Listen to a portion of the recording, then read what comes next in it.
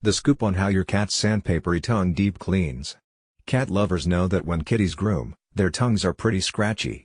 Using high-tech scans and some other tricks, scientists are learning how those sandpapery tongues help cats get clean and stay cool. The secret: tiny hooks that spring up on the tongue, with scoops built in to carry saliva deep into all that fur.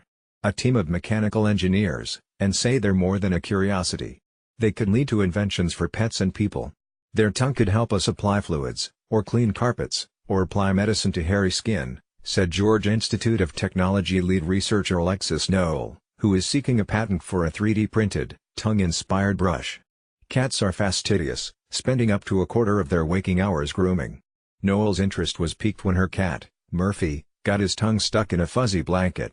Scientists had long thought cat tongues were studded with tiny cone-shaped bumps.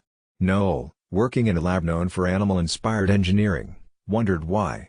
First, Connecticut scans of cats' tongues showed that they're not covered in solid cones but in claw-shaped hooks. They lay flat and rear-facing, out of the way until, with a twitch of the tongue muscle, the little spines spring straight up, she explained. The big surprise: those spines contain hollow scoops, Noel found. Turning to zoos and taxidermists for preserved tongues to examine, she found that bobcats, cougars, snow leopards, even lions and tigers share that trait. When Noel touched the tips of preserved spines, called papillae, with drops of food dye, they wicked up the liquid. A house cat's nearly 300 papillae hold a small amount of saliva that's released when the tongue presses on fur, and then they wick up some more. The tongue's surface is wetter. But Noel saw clues that the spines were key to deep cleaning.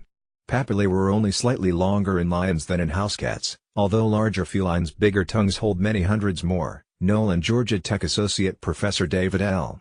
who reported in Proceedings of the National Academy of Sciences.